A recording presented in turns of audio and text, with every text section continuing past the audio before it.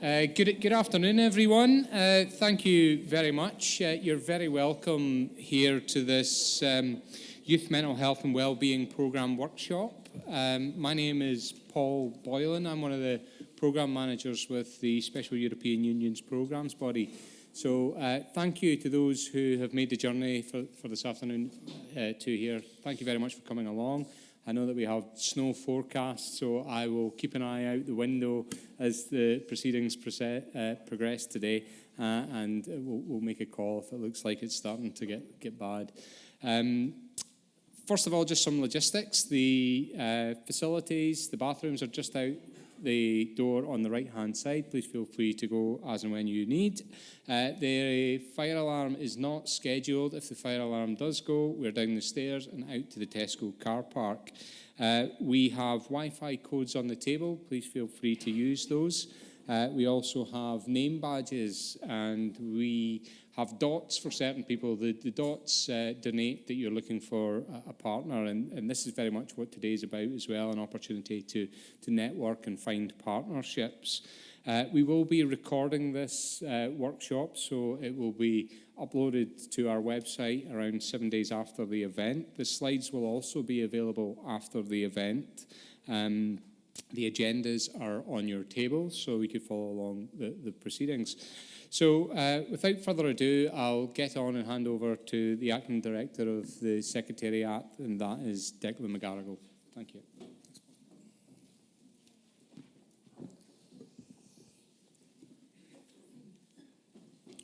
Good afternoon, everybody. And just to reiterate what Paul was saying, just to welcome you all here today, especially those that have made a little bit of a longer journey to be here. So just to really give you a sense of what today is about, first of all, this is really the start of engagement with yourselves, with potential applicants under investment area 3.3 of the PEACEPLUS programme. So we really want to give you a good sense of what the objective of that area of the programme is, what type of applicants are eligible, and who we would like to see coming forward to form partnerships. And to obviously also give you a sense of what the actions are, what types of activities that are required under this particular investment area. We will also then introduce you, and I would like to introduce you really to some of our colleagues that will be working with us over the next number of weeks really around this pre-application support that will be available for yourselves. So I'd like to welcome Gavin Nelson, who's at the end of the table. And Gavin really will be the kind of central point of contact beyond today around the pre-application support. So there'll be one-to-one support from Gavin around your project idea and the formation of your partnership and what you're planning on doing. And also we're introducing this time round as well onto the PEACEPLUS programme as part of that pre-application support, a concept note process. So this is something that we've been rolling out right across all of the investment areas of PEACEPLUS, and we're starting that today as well. So there'll be an opportunity for you to hear more about that when Gavin presents a little bit later on in the session. I'd also like to extend a warm welcome as well to our colleagues from the two government departments who work with us around the development of the programme and this particular investment area. And they will also perform the role of accountable departments, so they'll be providing match funding and also policy advice around the call documentation that will go out. So a very warm welcome to Julie Plackett from the Department of Education, and also Shauna Markey as well from the Department of Equality, Disability, Integration and Youth. I have to look at my notes for that because it's quite a mouthful. So the two departments will both provide an overview of some of their priorities and policy requirements that you will need to consider as part of the development of your application form. So just to give you a little bit of context on the programme itself, how do we get to the point where we're standing in front of you today, ready to roll out the pre-application support? We've really done that with the support of the Northern Ireland Executive, the Government of Ireland, the UK Government, and indeed the European Commission. So there's a range of different policies and frameworks there that the programme had to be developed around.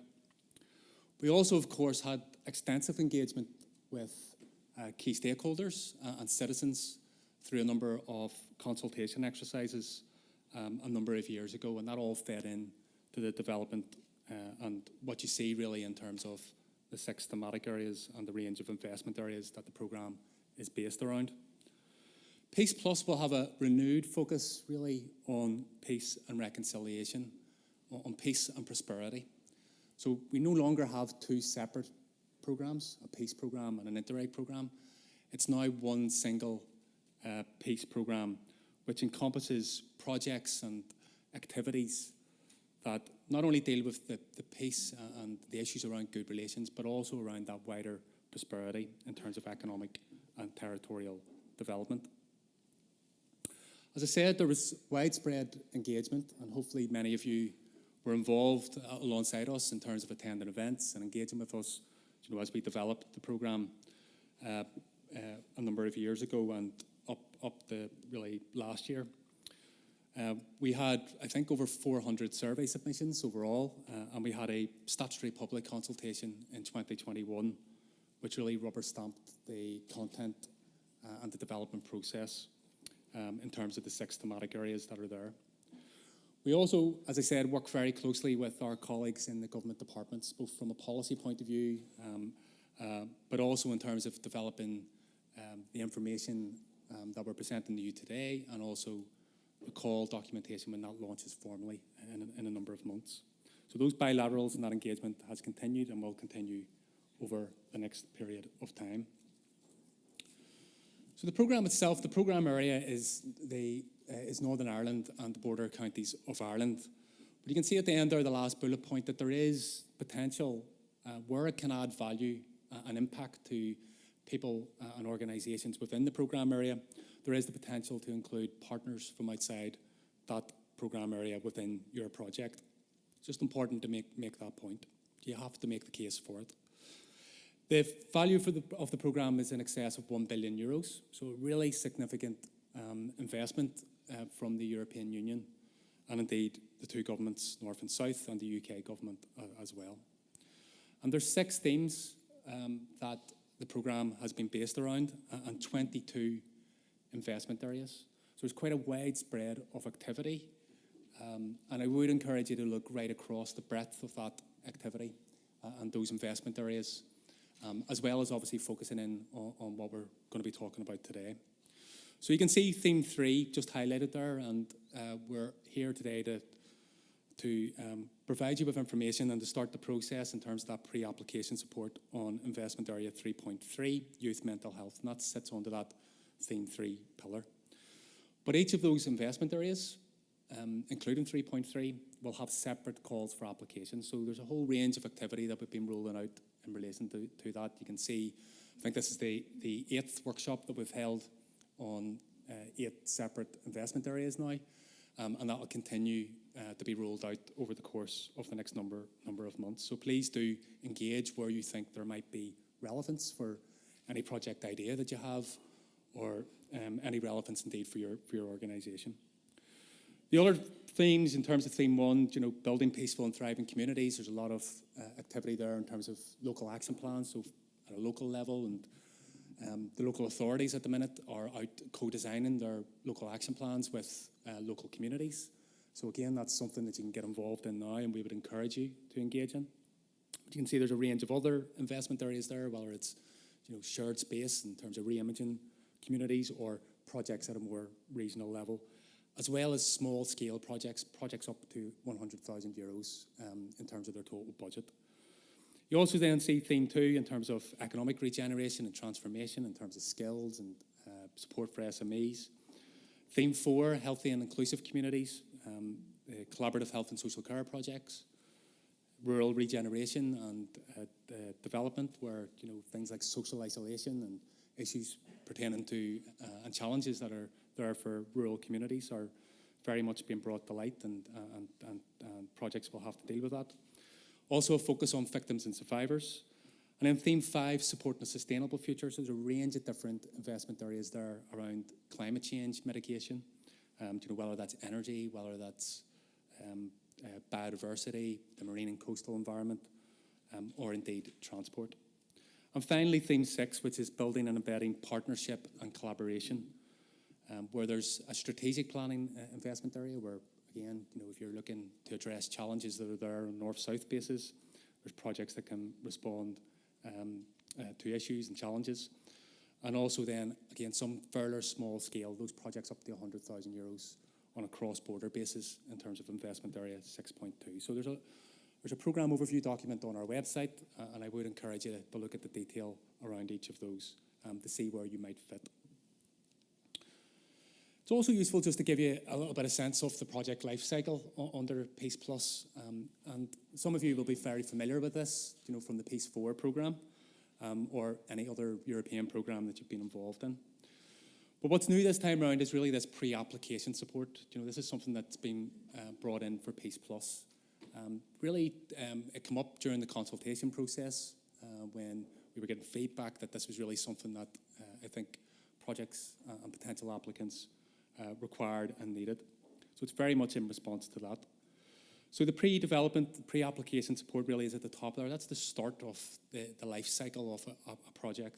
So it's really an opportunity for you to elaborate on your project idea. There's a concept note process, which Gavin will set out in a moment, a little bit later on. And there's also opportunities as well for you to search for partners and to use yourselves, and I think Gavin as well in terms of advice to help you along that road.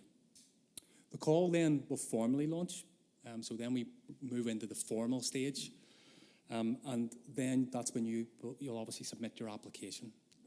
So you build your strategy, the content of your application, the partnership responsibilities, and indeed the requirements of the call to respond to that. Beyond that, then, if you're successful, then you would move into contracting and setting up your project, and then through to the implementation of your project and thinking about how you're going to implement the activities that have been agreed and the strategy that you had within your application form. So it's just useful just to see that life cycle in terms of how a project kind of grows from that idea right through then in terms of implementation. So theme 3, that's the focus of today in terms of investment area 3.3, empowering and investing in our young people. So this was a focus of the Peace 4 programme.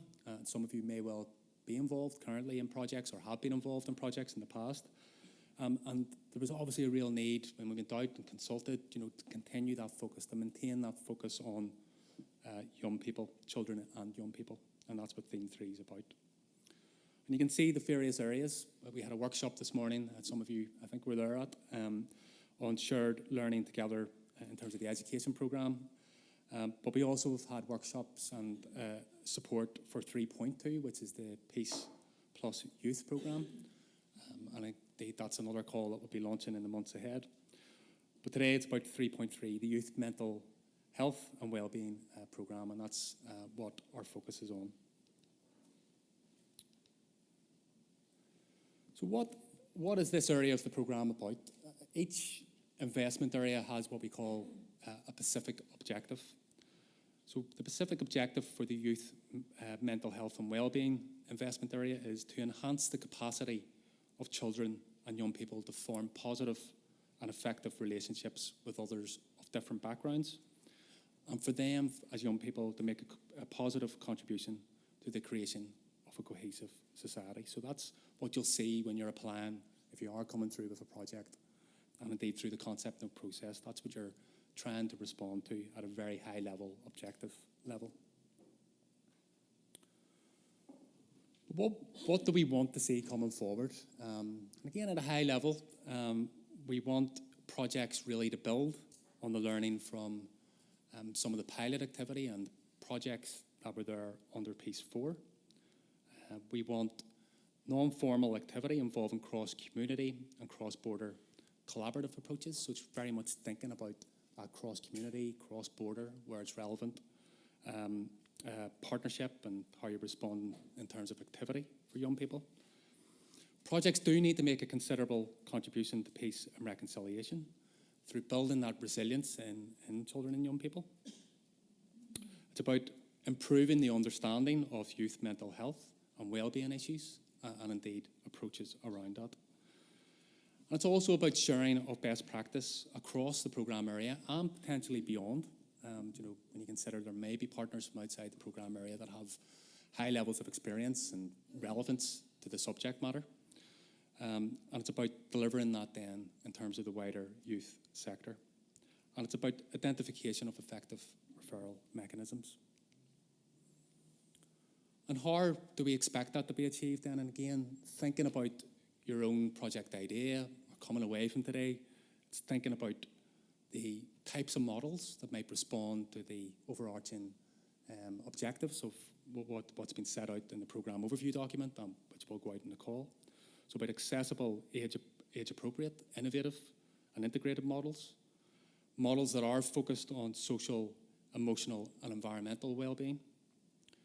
Interventions that are structured on the inclusion of young people in terms of building those applications, very much having young people, a young person-centred approach, and that they're engaged right from the start in terms of the idea, right through to the implementation and closure of the projects and activities. It's also about supporting youth workers. It's about looking at how they provide services and those models of activity as well. About capacity building, both for young people and also for youth workers. And trying to bring young people out, in terms of young people being mental health ambassadors within their own communities. So some of the actions and some of the activities then, just building on that, it's about young people, providing young people with those opportunities to make a meaningful contribution to the design process in terms of the project, as I said. It's about mentor-led models, peer mentoring, and also about the use of technology. How can we be innovative around the delivery mechanisms and the support that's there around kind of digital resources and obviously technology and IT approaches.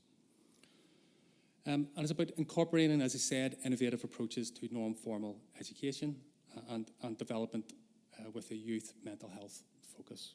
So those are some of the actions. And again, these are set out at a high level.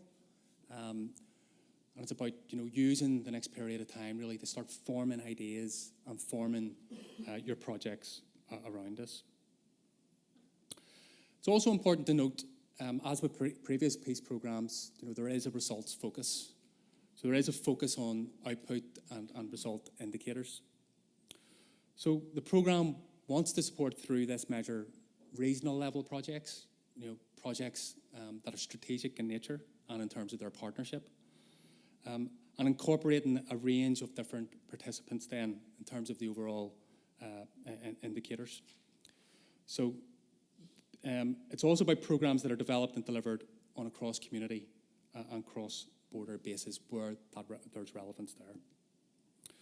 So you can see the overall output indicator. So through the range of projects that are coming forward, you have all those projects need to make a contribution to that 75,000 overall output indicator in terms of individuals, young people participating in courses and activities around mental health.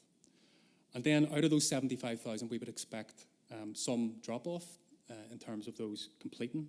So we're looking at 56,000 people completing those courses and activities. So that the output indicator obviously is higher, just bearing in mind that there will be that drop-off, and the 56,000 then is the result indicator. About projects then again, in terms of building resilience and promoting positive well-being. So what does it mean in terms of those schemes and courses and things like that? So in terms of being able to achieve those outputs and the results, people going through those courses and sessions, need to build their knowledge, within a certain topic. There needs to be sessions and courses that are delivered over a number of sessions, several sessions. They need to be building their capacity around mental health and their well-being, and there can also obviously then be youth leadership programs as well.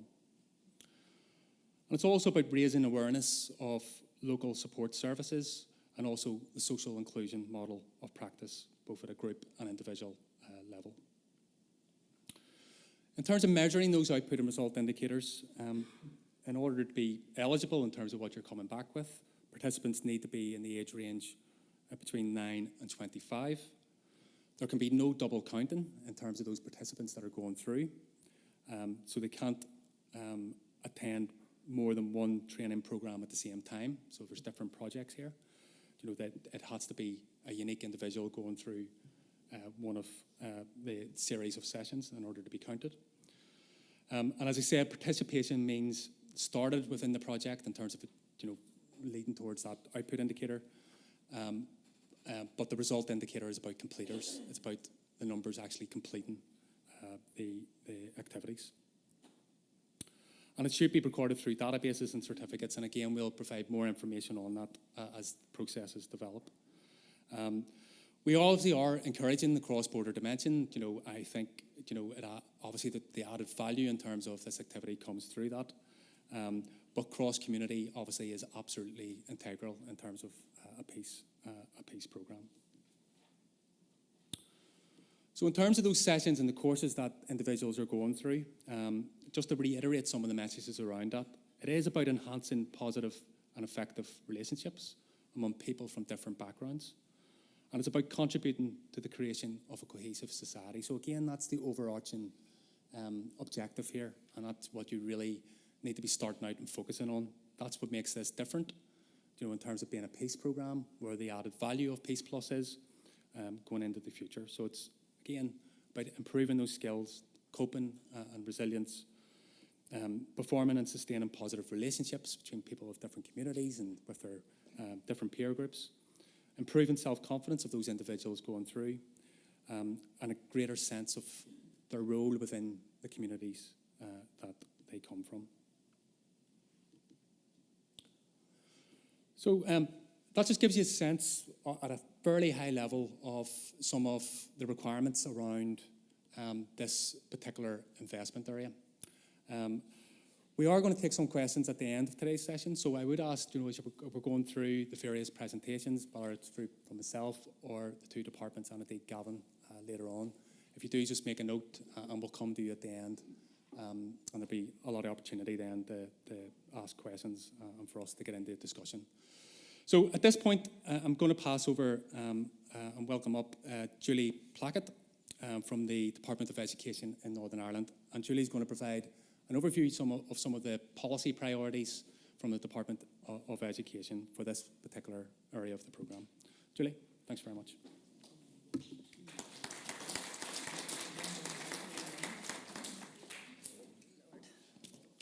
Okay, hi. Gotta love doing these.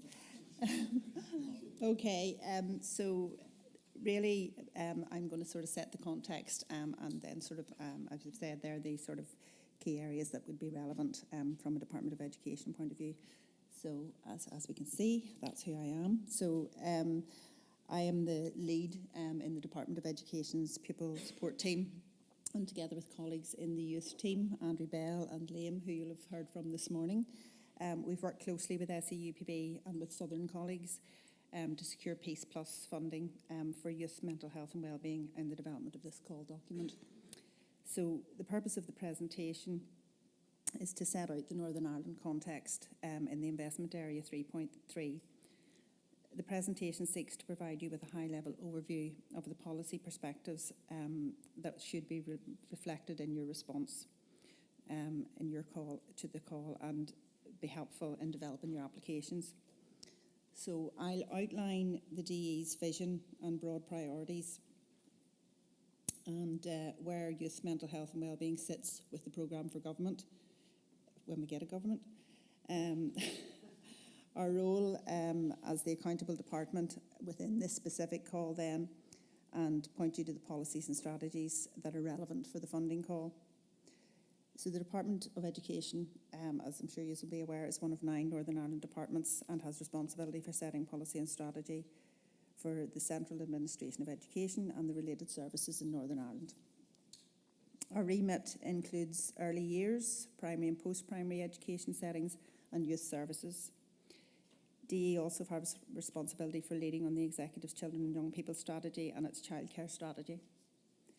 In common with all Northern Ireland departments, our work is governed by the Executive's Programme for Government. A key focus of the incoming executive will be the publication of the programme for government, which outlines the executive priorities and gives clear strategic direction to the policies, programmes, services and actions of government departments.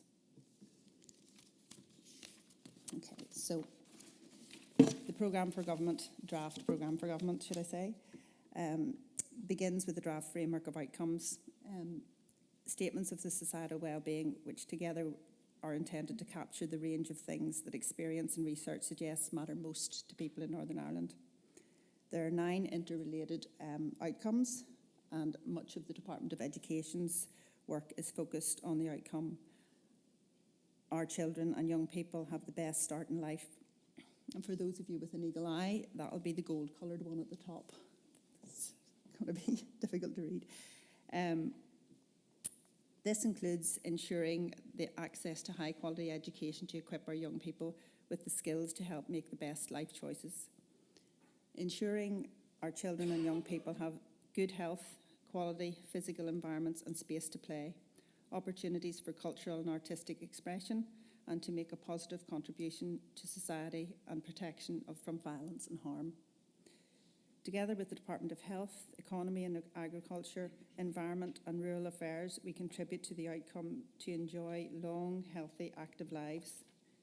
Within this outcome, one of the key priority areas is mental health and wellbeing, with actions relating to promoting positive attitudes towards mental health and wellbeing and ensuring access to early intervention and healthcare services to address mental health issues where they are present.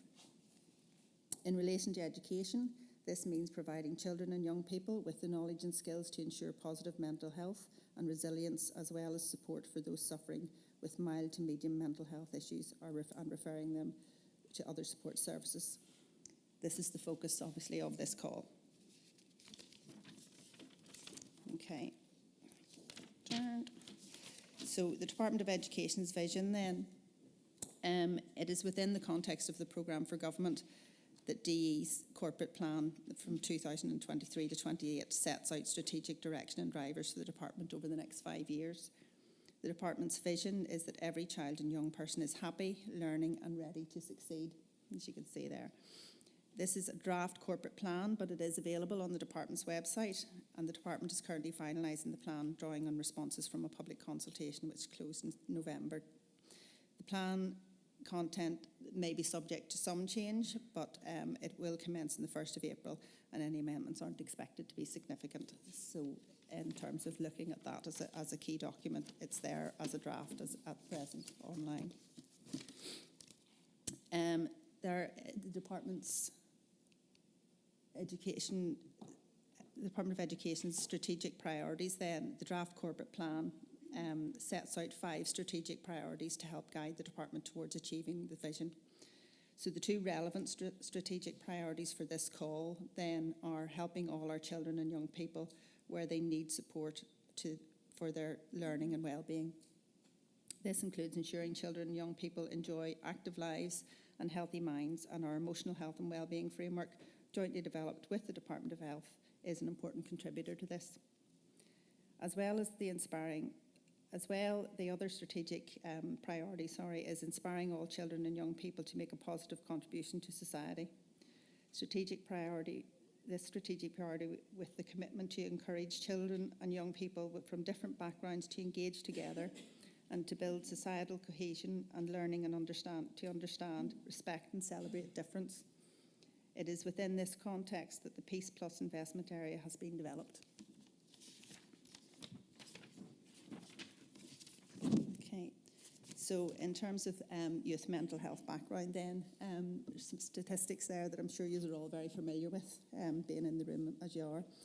So as we are aware, children and young people are growing up in an ever-changing world, including the impact of social media, the internet, bullying and ongoing school pressures. Alongside the impact of the global pandemic, this has contributed to the rising importance of children and young people's mental health and well-being. Pre-pandemic statistics, I'm academic in the brain, indicate that 1 in 8 children and young people have a concern for their mental health, which is on par with the adult population in Northern Ireland. Studies show that half of adult mental disorders develop before the age of 18. These statistics and others indicate the importance of supporting young people and the importance of the PEACEPLUS funding to do this in improving our understanding of youth mental health, providing relevant services and support to improve young people's mental health and well-being, and to develop and share best practice.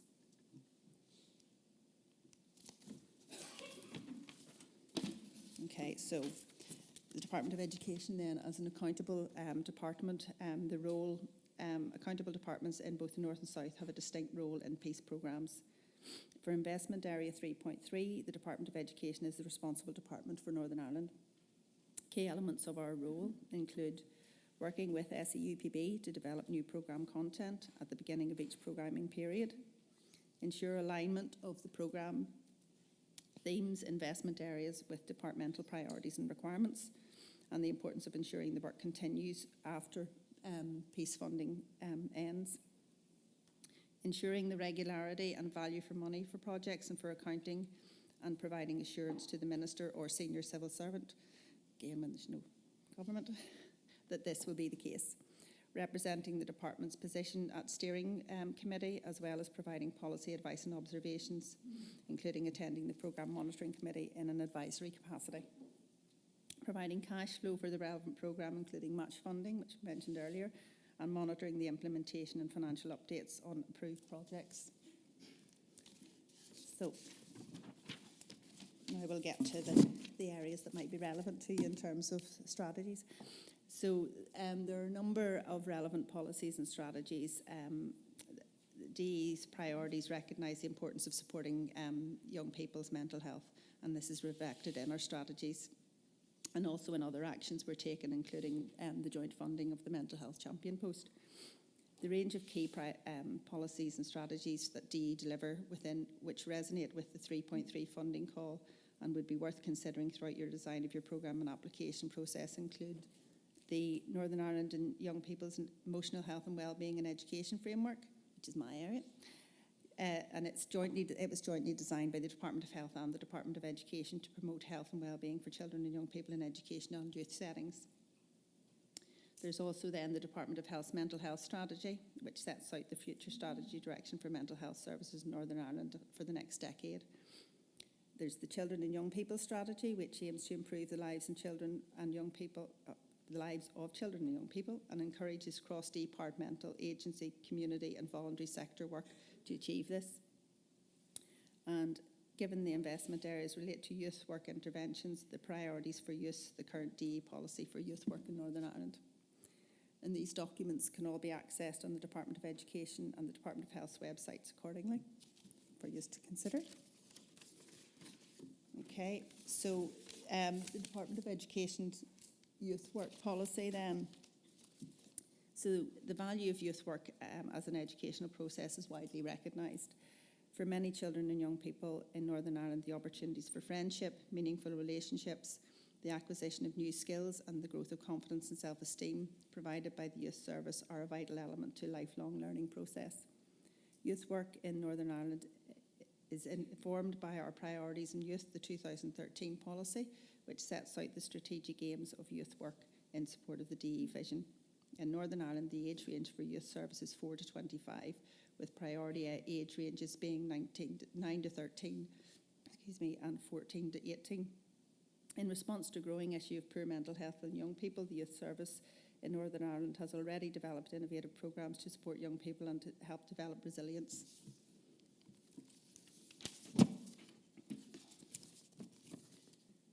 So, given the particular relevance, it's worth mentioning again the Emotional Health and Wellbeing Framework, written for those working with children and young people in education settings, to assist them in not only recognising the emotional health and wellbeing needs in their pupils, but also in themselves, and to avail of the appropriate support. It's designed to promote wellbeing at a universal level through a holistic, multidisciplinary approach and provide targeted support when needs are identified. The document is an overarching programme for a number of projects, including the REACH programme, Text to Nurse, expansion of the RISE programme, and the school nurse pilots. And all of those acronyms, if you look online, you'll see what they relate to. The framework aims to ensure that young people are empowered and assisted to understand, take care and manage their emotional health and well-being, to identify needs early and address effectively when required, and to establish an integrated model that provides early help, support and intervention, and ultimately then to reduce the number of children and young people reaching that crisis stage that requires specialist intervention from mental health care services. So the PEACEPLUS investment area then has been designed to incorporate learning of existing programmes, including the Police 4 Pilot Youth Mental Health, Our Generation programme, a consortium led by Action Mental Health, as well as the current Education Authority's FLARE and REACH programmes, which we've got flagged there. The Our Generation project provides opportunities for communities north and south of the border to work together to halt the intergenerational impact of trauma and to build emotional resilience and peace for generations to come. REACH project then is the Resilience Education Assisting Change to Happen, and its dedicated youth work programme which supports pupils, teachers and parents within schools across Northern Ireland to improve the emotional health and wellbeing outcomes for our children and young people. The FLARE project then, facilitating life and resilience education, was developed by the Education Authority Youth Service in partnership with the Public Health Agency, using a model of youth work practice and aims to support young people aged 11 to 25 experiencing poor mental health to build internal reserves of confidence, resilience and positive aspirations. FLARE staff are qualified youth workers with specific training and experience on mental health issues and are based in each of the 5 health and social care trust areas. So learning from these, the other existing programmes will be helpful in developing your applications. This brings me to the end of the presentation, and I hope you found it helpful. And I can pass you over to my southern colleagues and take a drink of water. Thank you.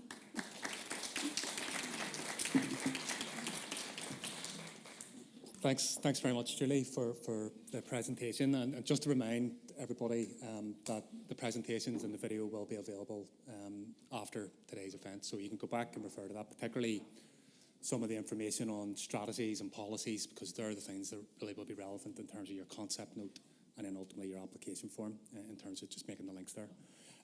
So I'm going to welcome up Shauna Markey from the department in Ireland now, who will take you through some of the policies and priorities from that side. Thank you. Shauna. Hello everyone, my name is Shauna Markey, and as has been mentioned, I'm from the Department of Children, Equality, Disability, Integration and Youth. I have to get it out in one go or I'll mess it up. And I work in the Youth Affairs Unit.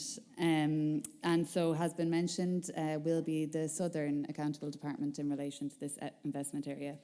So I'm delighted to have this opportunity to share our department's vision and priorities, as well as highlighting our any Irish national policy that's relevant to the call. So, to start, our department's vision is for a fair, equal and inclusive society where rights are respected and where everyone can reach their potential. The department's mission is to enhance the lives of children, young people, adults, families and communities, recognising diversity and promoting equality of opportunity across the range of areas for which the department is responsible. So we recognise that positive youth mental health and well-being among young people is a prerequisite to be able to fulfil their potential, to cope with the normal stresses of life, to grow up productively and fruitfully, and be able to contribute to their community. I'll just go on to this one. So these are our 5 national outcomes for children and young people, and they were contained in the Better Outcomes, Brighter Futures 2015 to 2020, which set out the government's agenda and priorities in relation to children and young people aged under 25. The first of the outcomes is that children and young people are active and healthy, meaning that they have the best possible physical and mental health. The remaining 4 are that children and young people are achieving in all areas of learning and development, are safe and protected from harm, have economic security and opportunity, are connected, respected and contributing. And the 5 outcome areas are interrelated and interconnected, and we would see that, you know, good mental health is essential for young people to achieve in each of these outcome areas.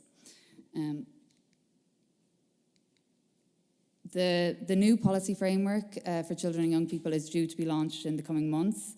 It will retain the 5 national outcomes, and one of the key features of the new policy framework is that it will identify areas which require action across government and focus on these pressing challenges in a focused, time-bound way as spotlights. One area currently under consideration is mental health and well-being of children and young people, as this was identified strongly in the consultations as a particular challenge, especially after COVID. And now, just to highlight some of the recent research in this area, in Ireland we know that 1 in 4 people will suffer from mental health problems at some stage in their life. Evidence has shown that children and young people have experienced the greatest declines in mental health and well-being as a result of the COVID-19 related public health restrictions. And the most common negative effects related to the mental health of respondents reported during the How's Your Head consultation included overthinking, concern, worry, anxiety, depression, and hopelessness. Similarly, a report published using data from Growing Up in Ireland, COVID-19 survey carried out in December 2020, showed that 4 in 10 22-year-old men and over half, 55% of 22-year-old women, were classified as depressed. These were much higher figures than 2 years previously, where 22% of men and 31% of women were depressed. This evidence and research like it reinforces the need for a range of mental health and wellbeing supports for our young people and the importance of programs such as this.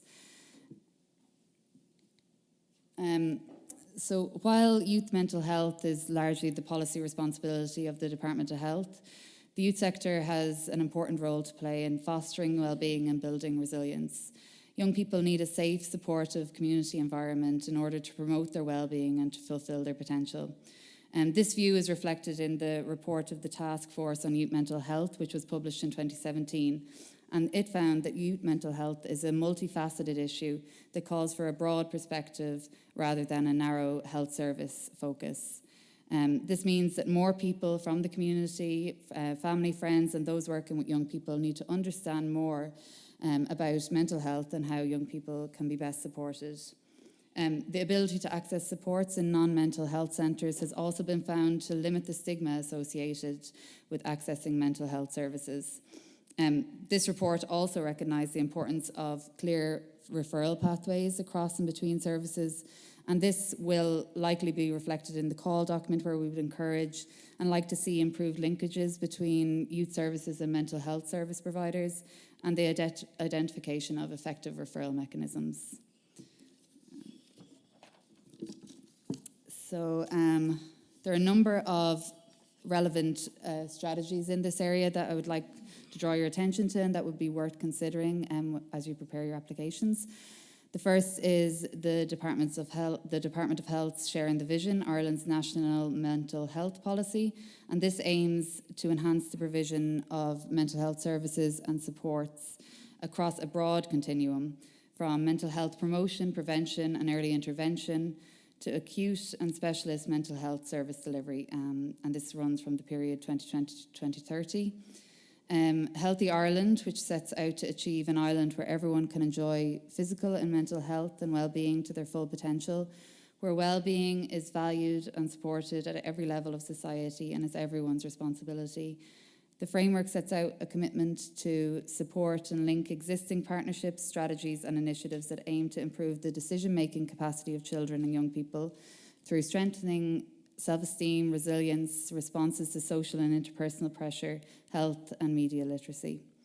Then we have Connecting for Life, our national strategy to reduce suicide, and this identifies that young people who have mental health problems or are vulnerable to suicide should be supported to reduce suicidal behaviour and improve their mental health, which can be achieved through the provision and delivery of training and education programmes.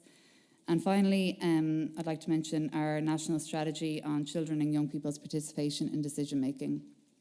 One of its key objectives is that Children and young people will have a voice in decisions in their local communities and in decisions that affect their health and well-being, including on the services delivered to them.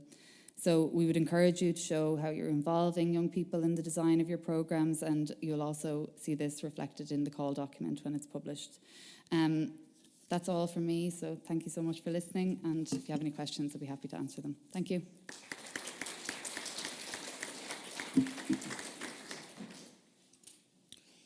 Thanks very much, Shauna. At this point, I'm going to welcome up Gavin Nelson, who is working on behalf of SEUPB to provide the pre-application support. So as I said earlier, Gavin's going to really be the central point of contact from this point forward up until he's completed his work in terms of engagement with yourselves and some of the support that he's going to set out now. So Gavin, you're very welcome. Thank you.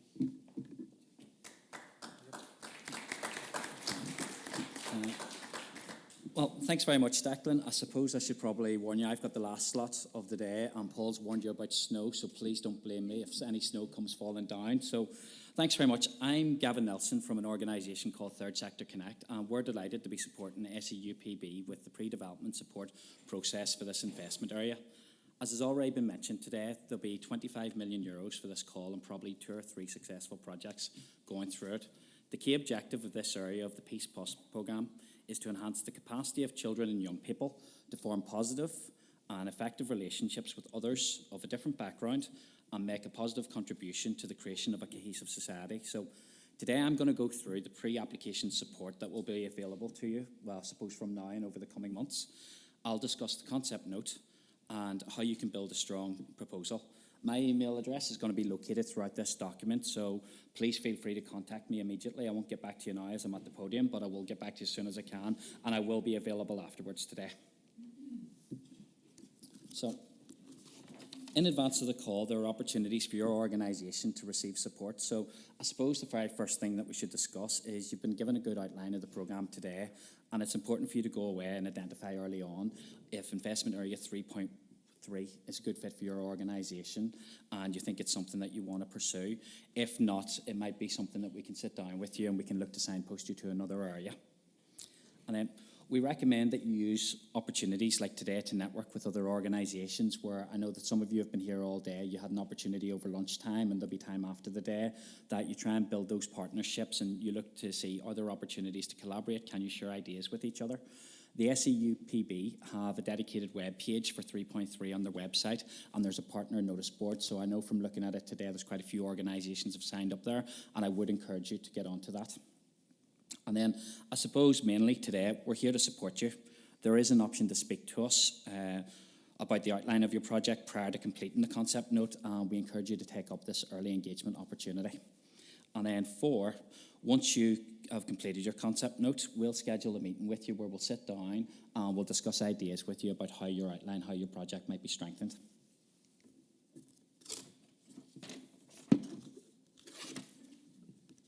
So the concept note is now available. So from that same dedicated page, 3.3, you'll be able to go down and download the concept note. And I suppose I should start by saying the concept note is not a formal application. It's not something that's going to be scored.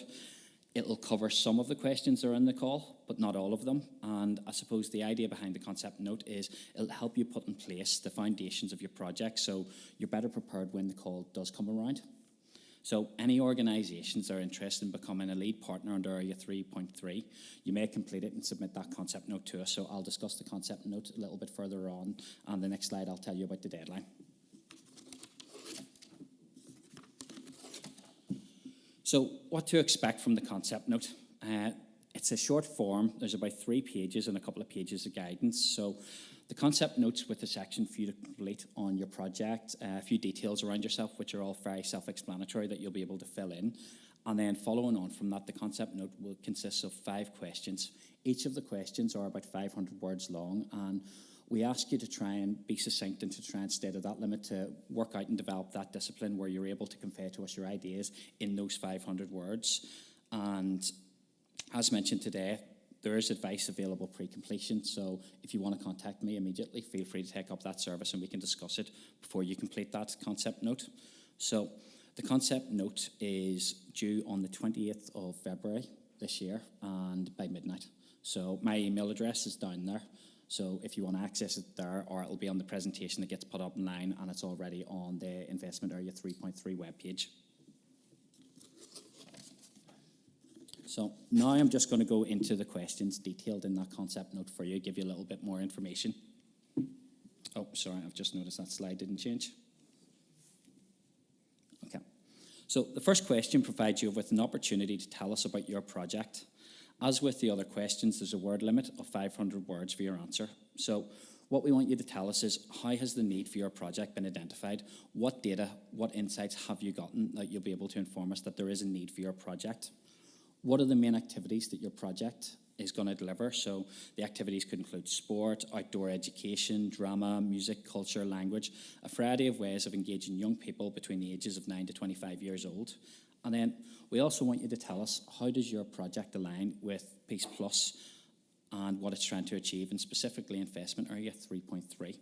So what we're looking for is for you to create opportunities for meaningful, purposeful and sustained contact and learning change between young people aged between 9 to 25 years old. Another thing that we're going to look for you to tell us is, can you demonstrate to us that how your project will avoid duplication or displacement of existing projects that are already out there?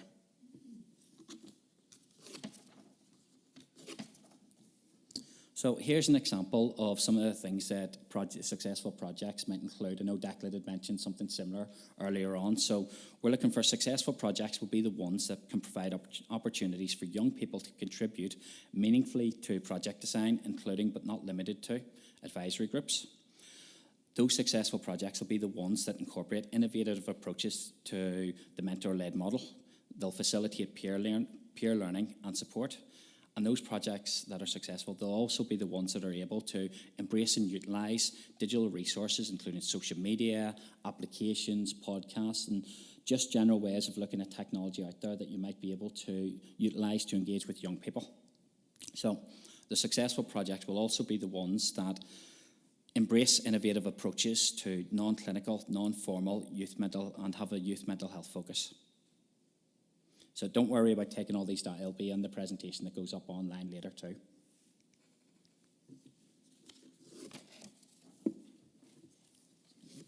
So question two.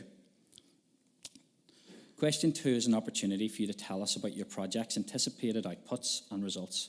So applicants must demonstrate to us how the programme aligns with the Northern Ireland Children and Young People's Emotional Health and Wellbeing in Education Framework and the Department of Health's Mental Health Strategy. And the ladies before me have given you a little bit more around the strategic context of what you might want to include, or you will look to include in your applications. So it's very important that you understand that PEACEPLUS is a result-oriented programme, and this section is for you to tell us about your project and how you'll make a contribution to the overall outputs and KPIs. It's proposed that the programme will support regional projects, each incorporating a minimum of 18,750 participants in joint training programmes, with the expectation that a total of 56,000 participants will complete. So we also want you to tell us about how are you going to recruit and how will you retain young people aged between 9 to 25 throughout your programme. How will you record the participation and associated impact, and how will you show us the distance travelled? So the next slide now, I'm just going to show you an example of distance travelled. I suppose before I start off this slide, we appreciate that people in the room, you're all experts in the field. I know quite a few of you organisations, you'll be able to come up with creative and innovative ways to show us and how the distance travel throughout your projects. But this is just an example of the implementation of an organisation-wide training to show the start and the end point. So the start point could potentially be the team's not confident in mental health crisis management. Then the next step, they're looking at having a full commitment to participating in crisis mental health training. And then at the very end point, the majority of staff complete the crisis mental health training. So just above those, we're looking at the first thing could be a staff survey goes out. Then the next thing is that you're completing a skills gap or a training needs analysis or training evaluation. And then going on there, looking at recording records on implementation of the crisis response, the staff evaluation, and the competence post the training. So as I said, you're all experts in your field, and you'll have innovative and creative ways to come up to show us this throughout the concept note.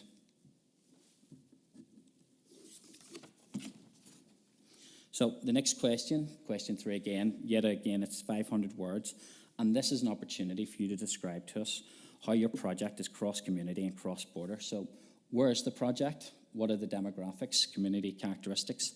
Have you considered intersection of identities? How is your project going to facilitate meaningful participation? How will your project affect meaningful ongoing change? And are you thinking beyond information sharing? So, are you making an effort through your project to specifically include minoritized communities? And are you avoiding tokenism with your project and tack on partners and packages?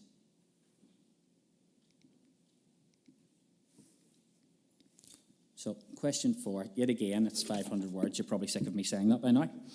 And this is an opportunity for you to tell us about your proposed team, their experience, the partners involved, and how the project will be implemented. So, staffing, can you tell us about your project team? Can you tell us who is on the team and who is doing what? So, what is the complement of experience and expertise? Are you giving consideration to the administrative and financial responsibilities throughout the project? Are you considering the life of the project, including the evaluation? And then, I suppose, with the staff, how are your staff suitably qualified and experienced to deliver on this project? Can you tell us how the collaboration provides a unique and valuable complement of experience between the partners? I think, as Declan mentioned earlier, some of you might be experienced working together, or it might have been Miriam in the session this morning. Can you let us see that on paper? You might have worked together for a long time and you'll know the dynamic. Can you show it to us that's easy to understand? And then, can you show us the practical arrangements for implementation in this section too? What is the rationale for a partnership composition? Let us know why different project partners have been included and what roles they will play throughout the project. And then make the management structure of your partnership easy for us to understand. Okay. So the final question, and yet again it is 500 words. So the final question asks you to tell us about how your project offers good value for money. This question is really important for the PEACEPLUS programme. It's important for us to see that your project is appropriately costed, are salary scales suitable and justified, how many staff, what are their roles. Where possible, have you included the potential to incorporate competitive tendering if appropriate? Can you demonstrate to us in terms of value for money how your project will achieve the required results and meet the overall objective?